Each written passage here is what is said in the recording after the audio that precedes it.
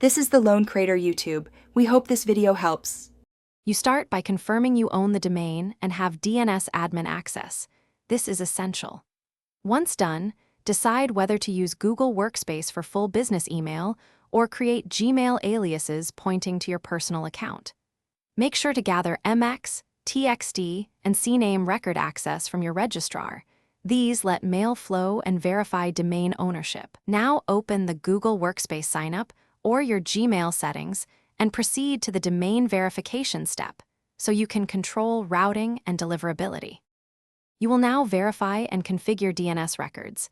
This is the critical middle work. First, add the provided TXT verification string to your registrar so Google confirms domain ownership. Then replace existing MX records with Google's MX values to route incoming mail. Propagation can take minutes to hours.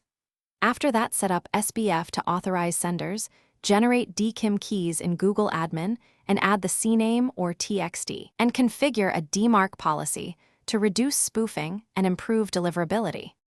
You finish by creating user accounts, aliases, and group addresses, then test sending and receiving from external providers to confirm mail flow.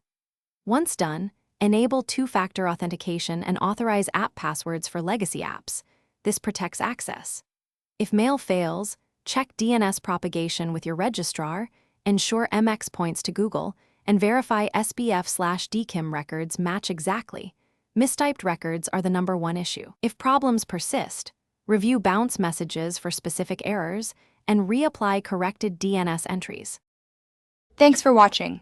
Consider subscribing if we helped you.